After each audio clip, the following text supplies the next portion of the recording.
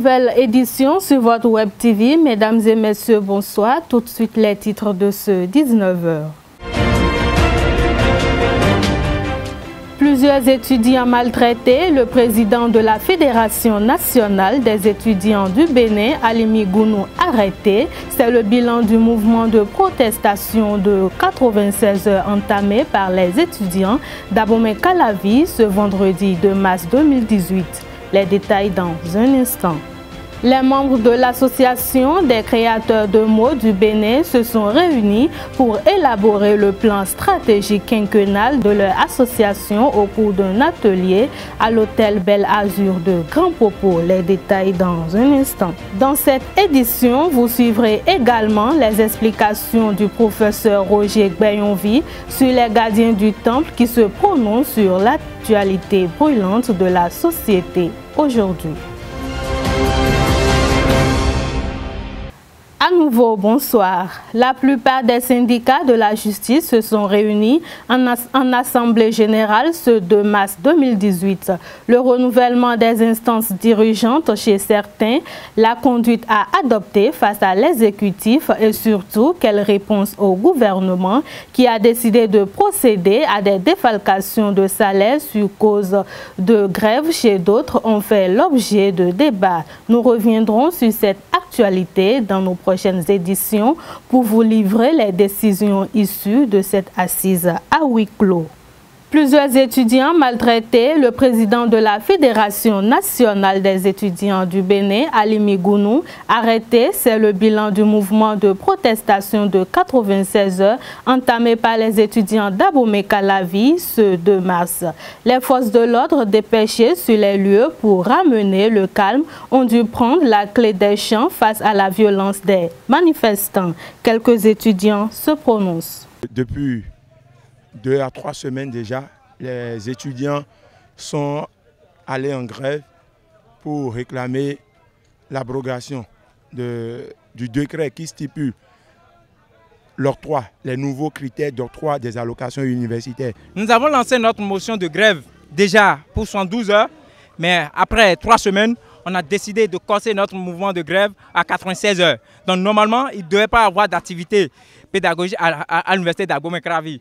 Pas de composition, pas de travaux dirigés, pas de travaux pratiques. Mais force est de constater que le doyen de FLAC a invité les étudiants pour les faire composer. Or, la grande masse est à la maison. Et il y a une minorité dans les amphithéâtres, mais Malo-Militaria, on veut les faire composer vaille que vaille. Et nous avons dit non, monsieur le doyen, reportez les compos. Mais le VD a déjà reporté les compositions. On s'est retiré du terrain quand on nous a provoqué. On nous a provoqué parce qu'ils ont arrêté notre camarade de lutte, le président Fineb. Et c'est de là, nous avons dit, si on ne le lâche pas, là, nous irons à la fermeté. Le rectorat de l'université, les autorités universitaires ont fait envahir le campus par leurs forces de répression, qu'ils appellent forces républicaines, et police républicaine. Et naturellement, l'action appelle la réaction. Comme ils ont provoqué, les étudiants ont réagi. Vous avez vu le constat, vous avez fait le constat sur le terrain. Nos demandes, elles ne sont pas encore satisfaites. On n'a pas encore trouvé d'interlocuteur. Toujours est-il que, pour le moment, la lutte se poursuit. Après 2 semaines de formation sur le b.a.-ba du journalisme, les apprenants journalistes du groupe de presse JP Sport ont échangé ce vendredi avec Nadège Djiwan, la rédactrice en chef de Zaï TV au siège de JP Sport. Partageant ses 15 années d'expérience dans le monde des médias avec ses apprenants, la directrice de l'information du premier Web TV béninois leur a prodigué de sages conseils. Suivez plutôt. S'inspirer des expériences de leurs aînés pour mieux embrasser la profession de journaliste. Les aspirants du groupe de presse JP Sport Promotion 2018 sont allés à l'école d'un professionnel des médias confirmé dans la matinée de ce vendredi 2 mars. Nadège Djiwan, la rédactrice en chef de la première télévision en ligne officielle au Bénin, a partagé ses expériences avec les élèves de René-José Sagbo. J'aime ce métier-là, comme au premier jour j'ai démarré ce métier. Beaucoup de temps sont passés, mais la passion est restée intacte. C'est un métier qui nous nourrit, qui nourrit son homme, qui m'a donné beaucoup de choses, m'a permis de voyager. J'ai gagné beaucoup d'argent dans la presse, comme j'ai pas honte d'être journaliste. Il y a des gens qui travaillent peut-être à l'UNICEF, dans les ambassades. Je n'ai rien à leur envier. Je vis très bien. Je suis heureuse, je suis épanouie. Et oui, je peux le conseiller aisément à mes enfants. J'entends des gens dire non, je n'aurais pas dit à mon enfant d'être journaliste. Ce n'est pas mon cas. Le métier m'a beaucoup donné. Et au-delà de moi, j'ai connu beaucoup de gens à qui le métier a beaucoup donné. C'est une profession exigeante, notamment pour les femmes, souligne la patronne de la rédaction de Zaï TV. Pour elle, aucun sacrifice n'est de trop quand on souhaite s'épanouir en exerçant sa passion. C'est vrai que c'est un métier qui demande beaucoup de volonté, beaucoup de sacrifices, surtout lorsqu'on est femme. Donc c'est pas évident de disputer le terrain avec les hommes qui, pour eux, tout semble facile parce qu'avec leur jean, ils peuvent rapidement braver les intempéries. Alors que nous, on est en robe, on est en jupe, on est en pagne. Donc c'est pas forcément évident. Pour moi, le tout, c'est pas avoir de l'argent dans la vie, c'est de faire quelque chose que vous aimez, c'est le plus important. Parce que ça ne sert à rien de gagner peut-être 3 millions par mois, mais de rentrer chez toi et de ne pas être à l'aise. Alors qu'à côté, il y a peut-être une autre personne qui gagne à peine 500 000 francs, qui va réaliser beaucoup plus que toi, qui sera très épanouie. Première rédactrice en chef de Ado FM, Ado TV, Nadia Djiwan est passée par plusieurs rédactions de radio et de télévision du Bénin et de l'étranger telles que Océan FM et Canal 3 Niger. Elle a également renforcé ses capacités professionnelles en France et au Sénégal. Et à la fin de sa communication, les apprenants de la 11e édition du séminaire de formation de JIP Sport retiennent les facteurs essentiels de la réussite de leur hôte. Il faut retenir que pour réussir dans ce monde de la presse, dans la presse béninoise, il nous faut la détermination, la foi et beaucoup de travail. Il faut être surtout déterminé. Quand tu veux faire quelque chose, il faut s'y accrocher. Et elle est l'exemple parfait de ces astuces-là qu'il faut mettre en pratique pour pouvoir réussir dans la presse. En tant que femme, je crois qu'elle nous a donné assez d'exemples, assez de choses. Elle a assez d'expérience qu'elle a partagée avec nous ce matin et qui pourrait nous aider à aller plus loin. Je la remercie beaucoup pour avoir eu ce peu de temps pour nous faire découvrir la réalité de la vie d'un journaliste au fait. Remerciant sa famille pour tout le soutien dont elle bénéficie, Nadia Djiwan envisage conquérir plus d'étoiles dans sa carrière. Les jeunes aspirants journalistes, quant à eux, vont suivre d'autres communications d'ici la fin de leur initiation aux techniques rédactionnelles et à l'écriture journalistique.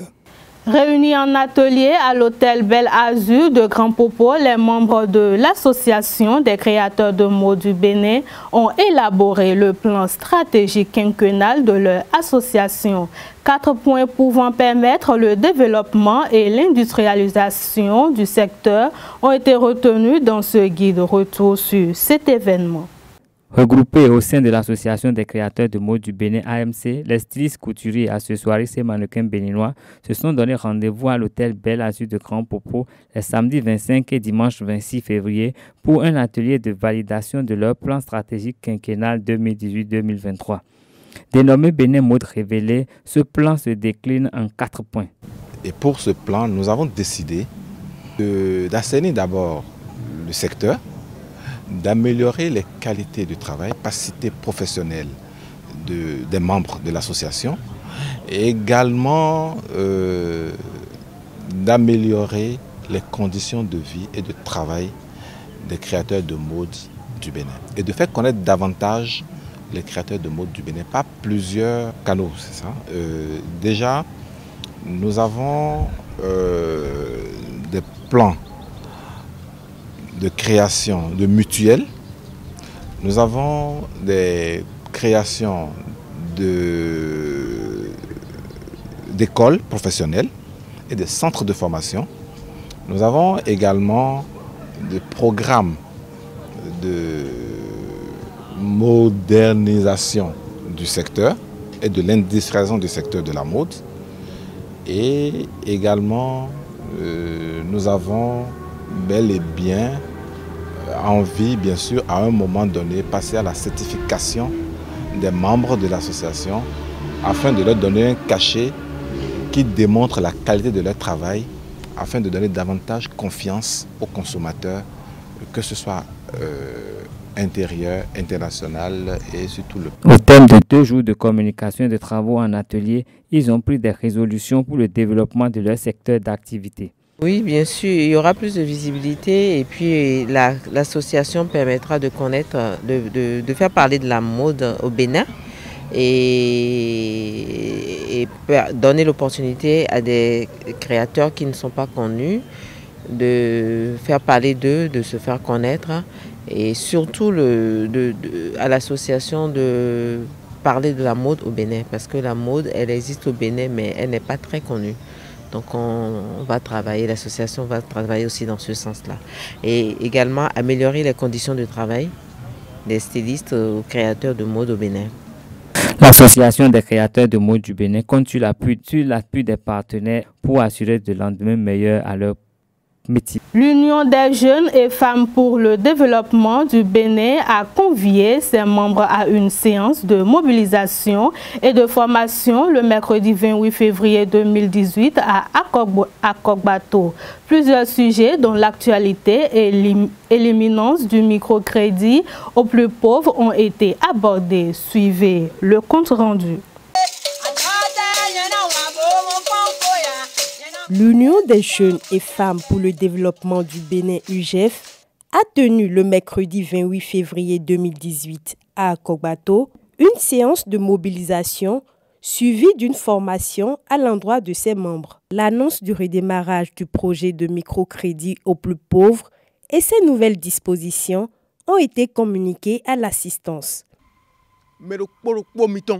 Chacun pourra emprunter le montant dont il a vraiment besoin pour mener ses activités. Malgré l'obligation de remboursement, ce projet de microcrédit aux plus pauvres laisse quand même plus de liberté que les précédents avec un échéancier adapté à chacun, ce qui évite les pressions décriées sous d'autres crédits similaires. Vous avez l'opportunité de stabiliser vos affaires avant la fin du remboursement.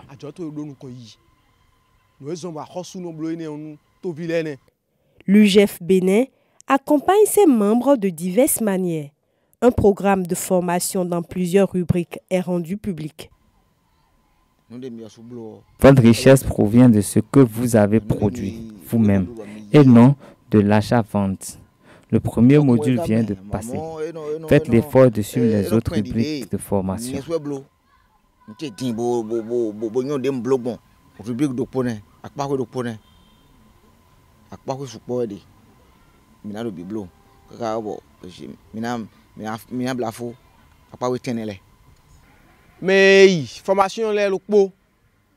Une de nos membres ayant pris part à la formation relative à la fabrication du savon liquide nous offre une démonstration. Il lancera ainsi à la fin de chaque module de formation.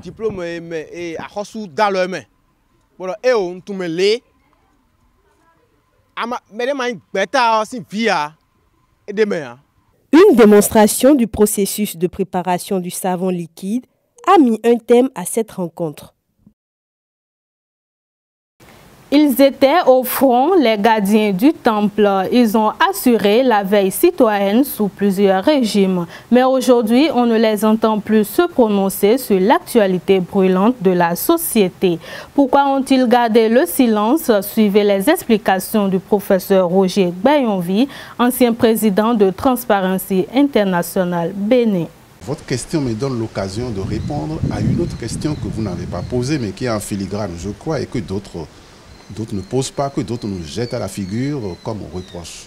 Alors vous ne parlez plus, parce qu'on vous a acheté. Je dis d'abord qui nous a acheté et puis à combien. Si vous pouvez me dire qui nous a acheté et puis à combien il nous a acheté, je vous dirai si vous êtes dans la vérité ou pas.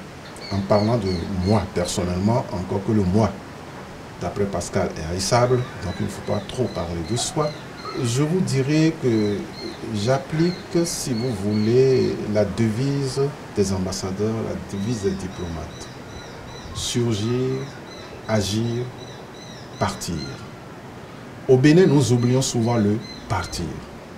Vous me prenez, bon, je me suis surpris un beau matin, non plus papa, mais Pépé. Ah, tout le monde dit Pépé, bien, je dis oui, c'est vrai, ça fait quand même longtemps que j'existe.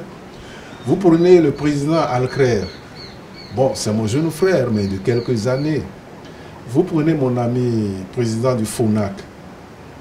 Nous avons fait le cours primaire ensemble à Ouida. Donc, s'il n'est pas mon aîné d'1 an, c'est moi qui suis son aîné d'1 an ou de 2 ans.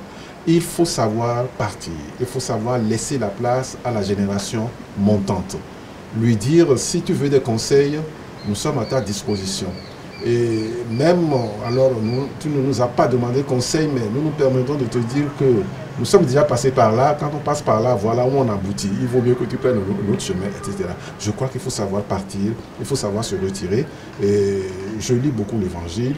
Et j'aime quand Saint Jean-Baptiste a dit, en voyant venir Jésus-Christ, ben voilà celui que nous attendons. Il est temps que moi je disparaisse et que lui, il croisse. C'est la fin de cette édition sur ESAE TV. Restez toujours connectés sur les www.esaetv.com.